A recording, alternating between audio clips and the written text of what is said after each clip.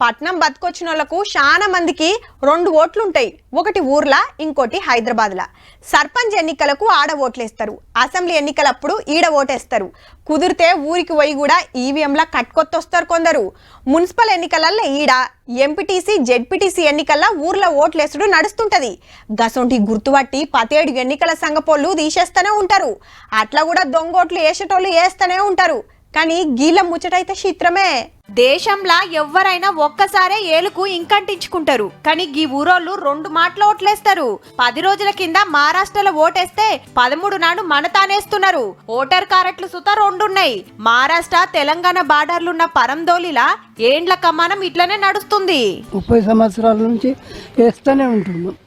ఇక్కడ మహారాష్ట్రలో వేస్తాం, తెలంగాణలో ఇస్తాం. 95 నుంచి ఇక్కడ 2 రాష్ట్రాల్లో ఓటు చేస్తాం. తెలంగాణలో ఇస్తాం, మహారాష్ట్రలో కూడా ఇస్తాం. ఊర్లా 4000 ఓటర్లు ఉన్నారు. 35 ఏండ్ల సంధి బార్డర్ పంచాయతీ నడుస్తుంటే ఏ రాష్ట్రంలో కలపాలన్న దాని మీద దేశం పెద్ద కోర్టుల కేసైంది. అప్పటి సంధి ఆడ ఈడ ఓట్లేపించుకుంటున్నారు గాని సౌలతుల సంగతి చూస్తలేరట.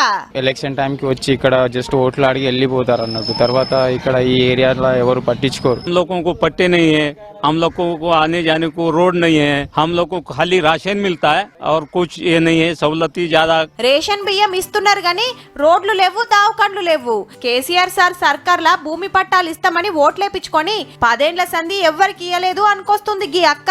రైతు तरी देवा ना पट्टा तरी देवा. आमची एवढीच आशा आहे. आम्हाला कोणी रुपयाची सवलत नाही. केसीआर आतापर्यंत आम्हाला दिलंच नाही. काय तकलीफ आहे ते ना, इथं काय गाडी आहे ना, काय नाही, बसनं जावं लागते तर वाटणं डिलिव्हरी होते किंवा मरून बी जाते बाई. ఒక్క మాటలో చెప్పాలంటే పరందోలి లీడర్లకు ఓట్లేసే మిషన్ల లెక్క అన్నట్టు. 2 దిక్కుల ఓట్లేస్తున్నందుకు సవలతులు సుత 2 రాష్ట్రాలు అరుచుకోవాలి. కానీ ఎవ్వరు పట్టించుకుంటలేరు. పెద్ద కోర్టులా కేసు ఎప్పుడు తెగుతుందో, ఈ ఊరికి సవలతులు ఎప్పుడొస్తాయో పో.